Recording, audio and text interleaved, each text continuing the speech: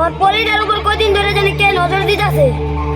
পরিটা তো এখন নিয়ে আইছি, কই দেখি পরিটা আমি এখন নিয়ে আইছি। পরি কো ওমা কি কই গেল? কোন রাখছিস তুই? ওমা এনে রেখে দিছিস। আরে দোস্ত কি করে? তুই তো জানিস না এটা অনেক দামি ছিল। আরে দোস্ত জানি তো এটা অনেক দামি ছিল। তাহলে দোস্ত এখন আর কি করা যায়? আমার একটা কালু সাধু বাবা আছে, চল। আরে দোস্ত চল যাই দেখি সাধু বাবা কিছু করতে পারে কিনা। কি রে পারবো আমার পরিটা উদ্ধার করতে? পরিটা অনেক দামি ছিল। হ্যাঁ পারবো, সাধু বাবা কাছে অনেক দক্ষতা আছে।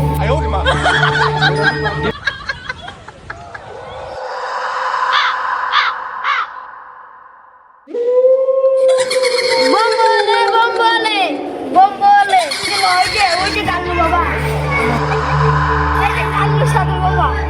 এই বসবাস কেন বা বাবা আমার দোস্তরা লইছে নিজে নিজের পরিয়ার আগে সব বলে কালু সাধু বাবা আমার পরিয়া আমার থেকে অনেক দামি সঙ্গে খায় আমার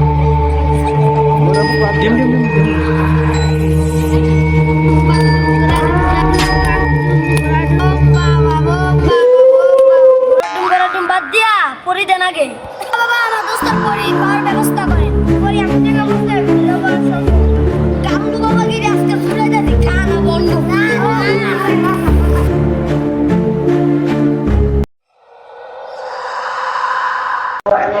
Halo, buka pintunya. Aku di